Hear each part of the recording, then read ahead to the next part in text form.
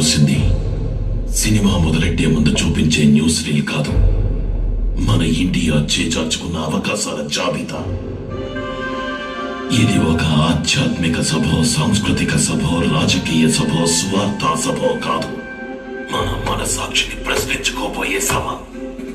57 ఏళ్ల స్వతంత్రం, 100 కోట్ల మంది జనం, 33 లక్షల చదరపు కిలోమీటర్ల వైశాల్యం, అందులో సగం పైగా సాగు భూమి, 10 జీవనదులు, 1.5 లక్షల కర్మాగారాలు, ఇవన్నీ ఉండి ఇండియా ప్రపంచ దేశాల వరుసలో ఆర్థిక స్థితిలో 49వ స్థానం, రూపాయి విలువలో 44వ స్థానం, శుభ్రత ఆరోగ్య విషయాల్లో 20వ స్థానం, ఎయిడ్స్ అందులో 2వ స్థానం, కుంభకోణంలో 3వ స్థానం.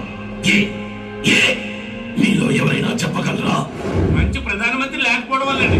మంచి ముఖ్యమంత్రులు